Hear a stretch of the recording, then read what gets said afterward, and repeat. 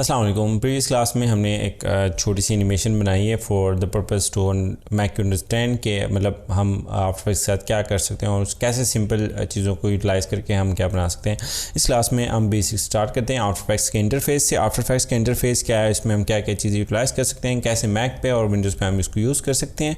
तो हमारे पास हम इस फाइल पे आते हैं। अगर आपने प्रोजेक्ट क्लोज करना होता है तो आप आएंगे, सॉरी मैं क्विक टाइम पे हूँ, file and close project. After Windows पे हमारे पास ये जो मेन्यू होता है ये टॉप पे यहाँ पे शो हो रहा होता है और टॉप पे शो हो रहा होता है, लेकिन मैक पे हमारे पास ये इस तरह का ऊपर कर्सर लेके जाके इसको रिवील करना होता है। फाइल करके क्लोज प्रोजेक्ट करते हैं, ठीक है, और डू नॉट सेव करते हैं। यहाँ में रिक्वायर्ड ही नहीं है, आपके पास होम बटन आता है। जब अगर आप लेटेस्ट 2017 या उसके ऊपर वाले वर्जन यूज़ करें तो उसमें आपके पास इस तरह के इंटरफेस शो होगा। इंटरफेस में आपके पास जो आपके पुराने प्रोजेक्ट्स हैं वो यहाँ पे शो होंगे, और अगर आप उस पर और करेंगे तो उसमें आपकी जो URL जिस जहाँ पे ये आप वो पड़ा हुआ है वहाँ पे ये आपको पाथ शो कर देगा, ठीक है।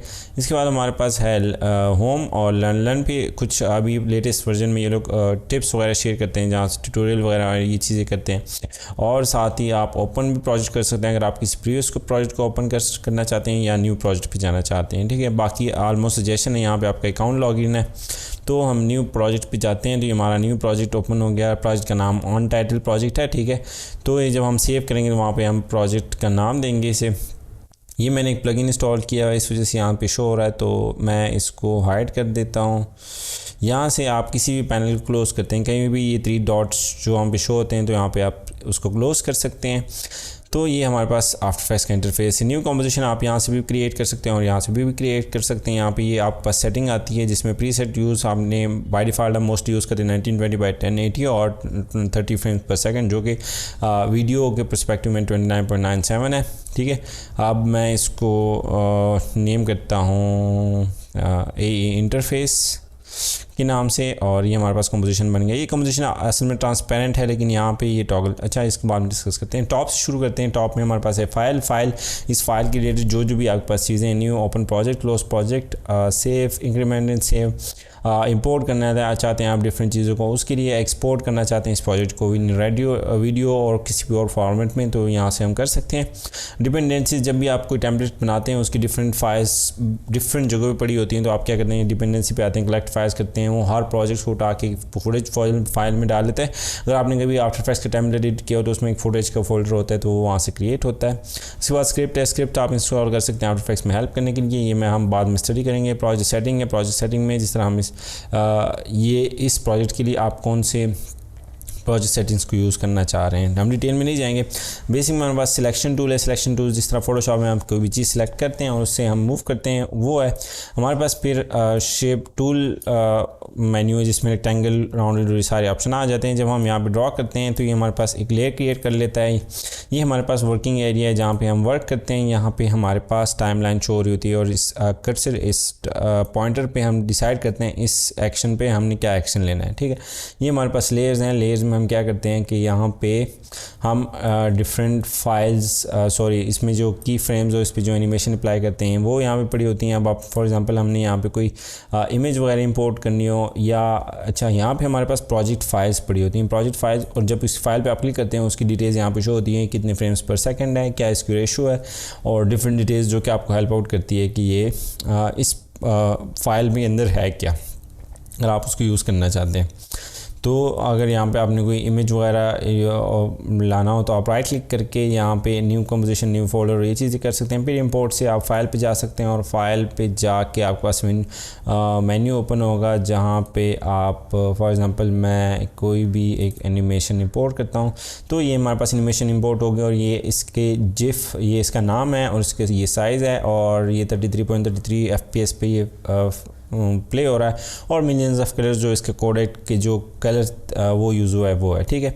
अब फॉर एग्जांपल आपने, तो ये आपके पास प्रोजेक्ट की डिटेल्स हैं। यहाँ पे आप वीडियो भी इंपोर्ट कर सकते हैं, इमेजेस भी इंपोर्ट कर सकते हैं। ये आपके प्रोजेक्ट में होती नहीं है, ये रेंडर नहीं होती फाइनल में। जो चीज़ आप यहाँ से ड्रैग करके नीचे इस टाइमलाइन में लेके आएंगे तो वो चीज़ ड्रैग होगी, बाकी कोई भी चीज़ ड्रैग नहीं होगी, ठीक है। अब ये हमारे पास ये हो गया। अब हम मूव करते हैं हमारे टॉप मेन्यू में हमारे पास हैंड टूल है। हैंड टूल से हम क्या कर सकते हैं कि स्क्रीन को मूव कर सकते हैं अपने पर्पज़ के लिए। फॉर एग्जांपल मैंने जूम इन किया हुआ है या जूम आउट किया हुआ है, तो उसके लिए हम इसको जिस तरह फोटोशॉप में कर सकते हैं इस तरह। ये किसी भी ऑब्जेक्ट को मूव नहीं कर रहा होता, ये आपकी वीविंग के लिए, आपके लिए वर्क एरिया को सेट करता है। यहाँ हमारे पास जूम टूल है। जूम टूल हम किस लिए यूज़ करते हैं? जूम टूल हमें हेल्प आउट करता है किसी भी जगह पे फोकस करने। फॉर एग्जांपल मैं इस जगह पे फोकस करना चाहता हूँ, तो ये हमारे पास फोकस हो गया। अब दोबारा आप वापस कैसे जाएंगे? तो यहाँ पे क्लिक करेंगे, यहाँ पे फिट, और ये जो आपका ये साइज़ होगा उसके मुताबिक फिट हो जाए। फॉर एग्जाम्पल मैं इस विंडो को स्मॉल करता हूँ या लार्ज करता हूँ, ये यहाँ पे इसको फिट करता जाएगा। ये हमारे पास कैमरा टूल्स और उसके रिलेटेड टूल्स हैं जो कि हमें अभी नहीं रिक्वायर्ड। जब हम कैमरा यूज़ करेंगे यहाँ पे से फॉर एग्जांपल न्यू, और यहाँ पे हम कैमरा ऐड करेंगे तो जाके हमारे पास ये ऑप्शंस आएंगे, उस पर क्लिक करके। ये हमारे पास रोटेट टूल है, जिस तरह हम फॉर एग्जांपल इस चीज़ को हमने रोटेट करना है एट दिस एंकर पॉइंट, तो हमारे पास ये रोटेशन टूल यूज़ होता है। ये मोस्टली यूज़ होता है कैमरास वगैरह में, तो बेसिक अंडरस्टैंडिंग चाहिए। ये हमारे पास एंकर पॉइंट है। फॉर एग्जांपल जो भी एनिमेशन बनाते हैं उसमें एंकर पॉइंट बहुत ज़्यादा इंपॉर्टेंट होता है। ये एनिमेट नहीं होता, लेकिन इसके बेस पे सारी एनिमेशंस चल रही होती हैं। नेक्स्ट हमारे पास शेप टूल है। शेप टूल जिस तरह हमने एक्सप्लेन किया है, अगर आप इस पर डबल क्लिक करते हैं, ये कंपोजिशन के साइज़ का आपको शेप बना देंगे जिस पे भी आपने क्लिक किया है। फॉर एग्जाम्पल मैं स्टार पर क्लिक करता हूँ और इस पर डबल क्लिक करता हूँ, तो ये कंपोजिशन के साइज़ का एक स्टार बन गया। इसके बाद हमारे पास पेन टूल है। पेन टूल से आप न्यू शेप भी बना सकते हैं, और इससे हम मास्किंग भी करते हैं। मास्किंग फॉर एग्जांपल इसके नीचे मैंने इसको शो करना है, तो उसके लिए हम यूज़ कर सकते हैं। उसके बाद टेक्स्ट टूल है। फॉर एग्जांपल यहाँ पे मैं टेक्स्ट टूल यूज़ करता हूँ, ये इंटरफेस, ठीक है। और इसके बाद ये अब शो नहीं हो रहा, तो इसका हम यहाँ से कलर चेंज कर सकते हैं ये कैरेक्टर्स का। और उसके बाद हमारे पास ब्रश टूल होता है। रोटो ब्रश हम यूज़ कर सकते हैं और ब्रश टूल भी यूज़ कर सकते हैं अगर सिंगल एक उस पर यूज़ करना हो। क्लोन स्टैम्प टूल जिस तरह फोटोशॉप में होता है, सेम यहाँ पे भी ये पर्पज़ है, और इरेजर का भी, ठीक है। और पपेट टूल होता है मोस्टली करैक्टर एनिमेशन की, जो बोन्स वगैरह के सिस्टम बनाने के लिए हम पपेट टूल यूटिलाइज़ कर सकते हैं। कहीं पर भी हमें बोन रिक्वायर्ड हो, इस रेक्टेंगल को आपने बोन में कन्वर्ट करना है, तो इस पर पपेट टूल हम यूटिलाइज़ कर सकते हैं। हम डिटेल में नहीं जाएंगे। इसके बाद अगर आप 2018 आई थिंक और उसके लेटर के वर्जन यूज़ करें, तो आपका ये 3-4 मेन्यूज़ शो होंगे, डिफ़ॉल्ट, लर्न, स्टैंडर्ड और स्मॉल स्क्रीन। तो डिफ़ॉल्ट में क्या होता है, आपके पास डिफरेंट मेन्यूज़ जो डिफ़ॉल्ट वाली शो होती हैं वो शो रही होती है। लर्न में आप क्या कर रहे होते हैं कि आपके पास ट्यूटोरियल वाला ऑप्शन आ रहा होता है। इस तरह आपके पास मल्टीपल। स्टैंडर्ड मैं मोस्टली स्टैंडर्ड ही यूज़ करता हूँ। स्टैंडर्ड में हमारे पास जो चीज़ रिक्वायर्ड होती हैं वो होती है। और उसके बाद फॉर एग्जाम्पल स्मॉल स्क्रीन में मेरे पास ऑप्शन इस वाले वर्जन में ज़्यादा अवेलेबल हैं, आप जो भी चूज़ कर सकते हैं। ये ऑप्शन आप यहाँ विंडोज़ एक्सटेंशंस विंडोज़ और वर्क स्पेस में जाके आप अपने लिए चूज़ कर सकते हैं जिस भी चीज़ पे आप यूटिलाइज़ करेंगे। फॉर एग्जांपल जिफ के लिए जो आपको टूल यूज़ या वीडियो एडिटिंग के लिए आपको टूल चाहिए, उसका एक अपना प्रीसेट बनाएं, यहाँ पे आएँ और मैं इसको एडिट करता हूँ या इसमें चेंजेस करता हूँ, और उसके बाद मैं इसको save as new workspace कर लेता हूँ। फॉर एग्जांपल ये हमने चूज़ किया हुआ है स्मॉल स्क्रीन। अब मैं यहाँ से करैक्टर का पैनल क्लोज़ कर लेता हूँ, और इसमें मैं क्या कहता हूँ कि आप तो ये जो चेंजेस सेव हुई हैं, ये अगर आपने इस वर्क स्पेस जो सिलेक्टेड हुआ है उसमें सेव करानी तो ये करना है, या save as new workspace कर लेंगे।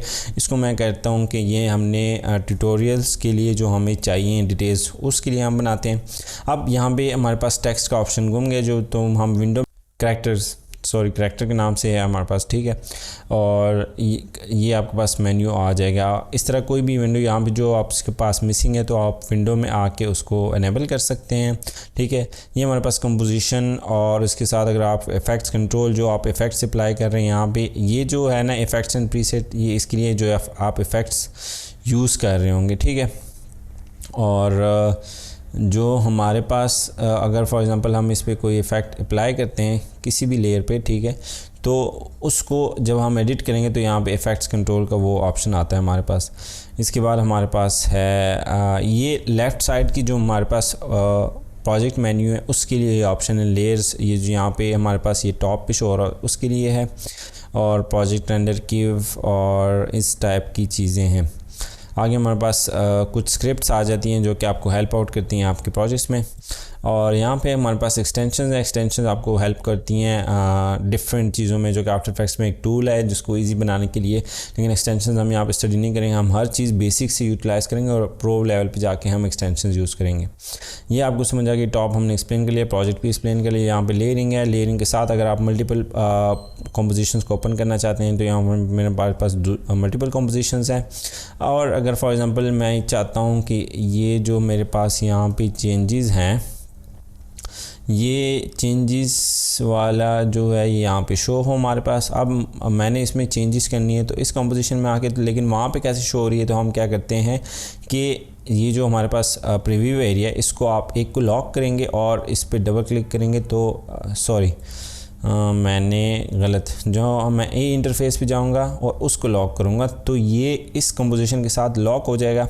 अब मैं कॉम्प 1 पे आ जाऊँ, लेकिन यहाँ पे हमारे पास शो नहीं हो रहा क्योंकि कॉम्प 1 के जो है प्रीव्यू हमारे पास जो प्रीव्यू है वो उस पर लॉक हुआ है। तो हम क्या करेंगे, कॉम्प 1 पे डबल क्लिक करेंगे और हमारे पास एक न्यू विंडो ओपन हो जाएगी। इस तरह आप मल्टीपल विंडोज़ भी ओपन कर सकते हैं। इसमें मैं क्लिक करता हूँ तो इसकी एक और विंडो ओपन हो जाएगी। अब मैं इन दोनों को पर्सपेक्टिव, अब दोबारा यहाँ पे आके चेंजेस देखनी होंगी तो मैं क्या करता हूँ, इसको ड्रैग करता हूँ और यहाँ पे ले आता हूँ। तो इस तरह हम डिफरेंट विंडोज़ को ड्रैग कर सकते हैं। अब जो आपको इन्फो चाहिए, आप कहते हैं कि मुझे इन्फो वाला पैनल इस के मुताबिक चाहिए, तो मैं इन्फो को ड्रैग करके यहाँ पर भी रख सकता हूँ, यहाँ पर भी रख सकता हूँ, और ये आपको डिफरेंट पोजिशनिंग दे रहा है। तो उसके मुताबिक आप इसको एडजस्ट कर सकते हैं। यहाँ से आप टॉप से पकड़ के आपने इसको ड्रैग करना होता है। सॉरी, मैं डिफ़ॉल्ट पे ही चला गया था। अब ये हमारे पास, मैं इसको कॉम्प 1 को ओपन करता हूँ, ए इंटरफेस को दोबारा लॉक करते हैं और कॉम्प 1 को ओपन किया और ओपन करके यहाँ पे ड्रैग किया। ये हमारे पास प्रीव्यू है। प्रीव्यू को हम यहाँ पे फॉर एग्ज़ाम्पल ले आते हैं तो ये अब टॉप मेन्यू में जिस तरह मल्टीपल टैब्स होते हैं क्रोम वगैरह में, उसमें चला गया। ये अब साइड पे आ गया। अब दोनों कंपैरिजन में है तो अब मैं इसमें इसको ऐड कर सकता हूँ। ठीक है, तो इस तरह आप इनको ना मल्टीपल उसके मुताबिक आप चेंज कर सकते हैं जैसी भी आप चाहते हैं। और अगर आपके पास ये चेंजेस बहुत ज़्यादा हो गई तो आप यहाँ पे क्या करेंगे, reset small to save layout, जो आपके पास डिफ़ॉल्ट लेआउट था आपने उस पर ले गए इसे। इस तरह ये हमारे पास वो एरिया हो गया। ये बेसिक ओवरऑल। अगर यहाँ से आपने कोई चीज़ डिलीट करनी है तो ये बिन का आइकन है, इस पर भी क्लिक कर सकते हैं। यहाँ पे आप रेंडर इंजन सेलेक्ट कर सकते हैं, ठीक है, जो हमारे पास प्रोजेक्ट सेटिंग में था। और यहाँ पे आप इन सब को, फॉर एग्जांपल यहाँ पे मैं करता हूँ कि सोर्स जो फाइल्स हैं उसको मैं फ़ोल्डर में डाल लेता हूँ और इसको नेम देता हूँ फाइल्स और मीडिया जो हम यूज़ कर रहे हैं। और यहाँ पे, और फॉर एग्जांपल मैं एक न्यू सॉलिड क्रिएट करता हूँ। अच्छा, यहाँ पे आके आपने जो न्यू एक आपके पास शेप है या इस तरह की जो चीज़ें या टेक्स्ट है वो आप यहाँ से भी न्यू आके टेक्स्ट, सॉलिड, लाइट, कैमरा और ये चीज़ें आप यहाँ से ऐड कर सकते हैं। अब मैं क्या कहता हूँ, सॉलिड एक फुल जो हमारे पास कंपोजिशन का साइज़ होता है उसके मुताबिक एक फिल होता है, ठीक है। आपको एक ब्लू इमेज चाहिए, उसके ऊपर आपने कुछ चीज़ें ऐड करनी है। एज अ बैकग्राउंड यूज़ करना है तो आप राइट क्लिक करके न्यू सॉलिड में जाएंगे। अब यहाँ पे हम इसको बैकग्राउंड में ले आएँ और ये हमारे पास एक बैकग्राउंड बन गया। अब इसको हम रीनेम कर सकते हैं, यहाँ से आप इंटर करके इसको रीनेम कर सकते हैं। यहाँ पे अब आपके पास ये 3 ऑप्शन शो हो रहे हैं। मोड, ट्रांसपेरेंसी मोड होते हैं यहाँ पे, और ट्रैक मार्ट ये बात की बात है। और इसमें अल्फा चैनल्स और पेरेंटल लिंकिंग, आप इस लेयर को किसके साथ पेरेंट करना चाह रहे हैं तो ये इसके मुताबिक बिहेव करता है। अब अगर आप पास ये ऑप्शन शो नहीं हो रहे तो आपने यहाँ पे क्लिक करना है और ये आपके पास ऑप्शंस चेंज हो जाते रहेंगे, ठीक है। ये 2 भी आपके पास ऑप्शन है। अगर आप इसको ड्यूरेशन इन एंड आउट पे एक्सपैंड करना चाहते हैं तो ये आपको इन एंड आउट शो करेगा कि ये इस सेकंड से स्टार्ट होकर इस पे आउट इसका ख़त्म हो रहा है, ठीक है। इस तरह हम रेंडर टाइम डिफरेंट उसको चेक कर सकते हैं। ये कुछ ऑप्शन में भी आपके पास पुराने वर्जन में शो ना हो। यहाँ पे आप फॉर एग्जांपल इसमें मैंने की फ्रेम ऐड किया, पोजीशन P प्रेस करके पोजीशन पे की फ्रेम ऐड की। अब यहाँ पे मैं देख रहा हूँ इस फ्रेम पे, अब ये बहुत ज़्यादा जूम आउट है और इस पर भी मैंने पोजीशन पे की फ्रेम ऐड कर लिया। अब ये दोनों मैंने टॉप के साथ मैच करने हैं, ठीक है।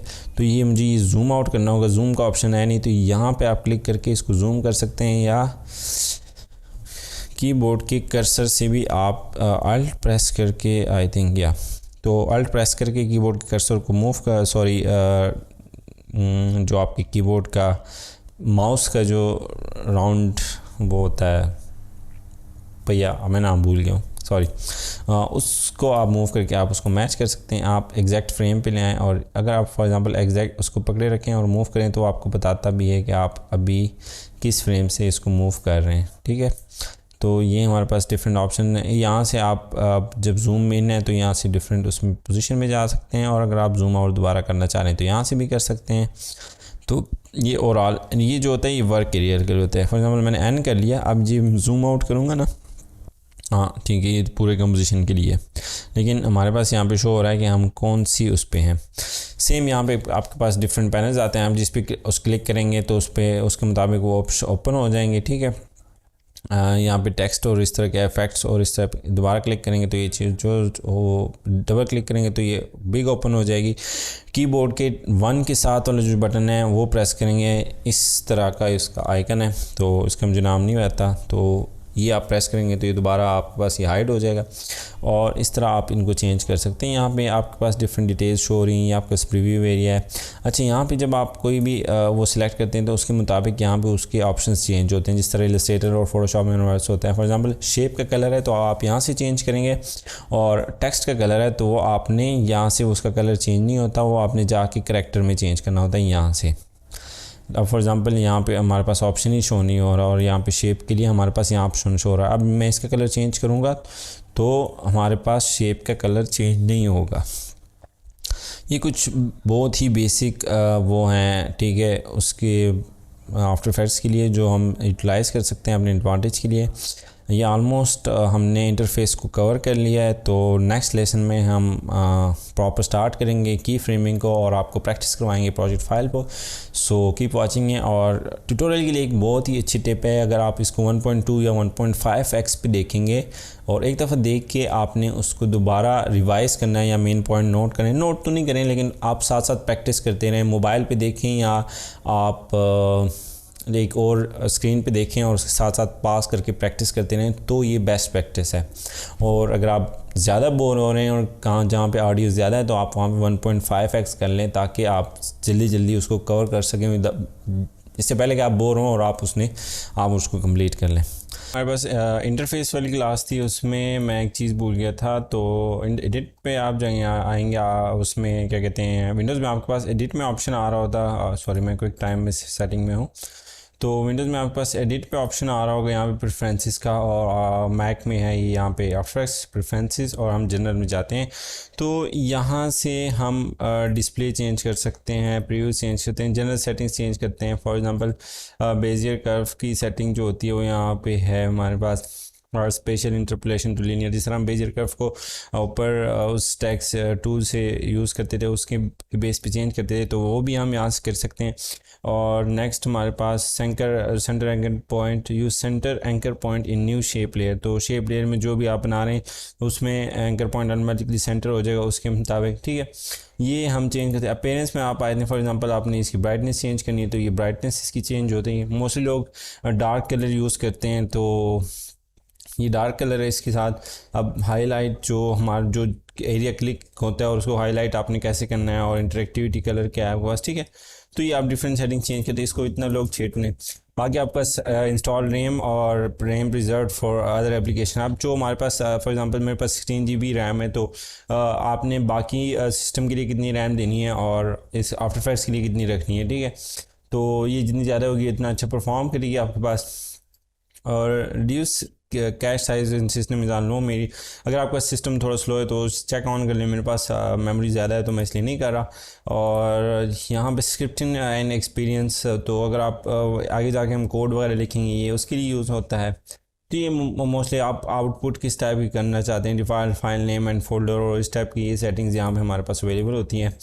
रिव्यू आप कैसे करना चाहते हैं, GPU के थ्रू करना चाहते हैं, कौन सा रेंडर यूज़ करना चाहते हैं, और बाकी जो जनरल आपके पास होगी वो प्रेफरेंसेस आपके पास यहाँ होंगी। अगर आप ऑडियो आउटपुट या ऑडियो हार्डवेयर को चेंज करना चाहते हैं, कहाँ पे आप अपने एयरफोन में करना चाहते हैं, कहीं भी करना चाहते हैं। और ऑटो सेव बहुत ही इंपॉर्टेंट है, तो इसमें हम क्या करते हैं, सेव एवरी 20 मिनट्स में मैंने किया हुआ है कि हर 20 मिनट लैपटॉप पे दो। क्रैश का अच्छा होता है क्योंकि क्रैक यूज़ करते हैं, लेकिन अगर आप वो क्या कहते हैं क्रैश ना हो तो भी आपके पास 20 मिनट्स के बाद मिनिमम प्रोजेक्ट वर्जन 5, तो ये आप सेटिंग रख लें तो आपके पास प्रीवियस एक वर्जन पड़ा रहता है ऑलरेडी, अगर आपका सिस्टम क्रैश हो जाए। अच्छा, जो हमने वर्क स्पेस को डिस्कस किया था ना, तो उसके लिए एक वेबसाइट है, मैं आपको दिखाता हूँ। अगर आप सर्च करते हैं, ये है After Effects workspace share, तो अगर आप सर्च करते हैं After Effects workspaces Google पे, तो ये आपके पास ऑप्शन आ जाना चाहिए, workspace after enable you to focus. ठीक है, अब यहाँ पे आपने आगे लिखना है आइडियाज़। तो जो डिफरेंट लोग किस तरह के शेयर कर रहे हैं, क्रिएटिव डोजो का लिंक मैंने ये ओपन किया हुआ है। ठीक है, यहाँ पे डिफरेंट आपको बताते हैं हर वर्क स्पेस पे आप कैसे सेटिंग रखना चाहते हैं और क्या उसके एडवांटेजेस हैं और किस तरह लोग इसको यूटिलाइज़ कर रहे हैं। ये हमने थोड़ी सी चीज़ें डिस्कस करनी थी। तो thank you so much for watching, और इंशाल्लाह नेक्स्ट क्लास में डिस्कस करते हैं।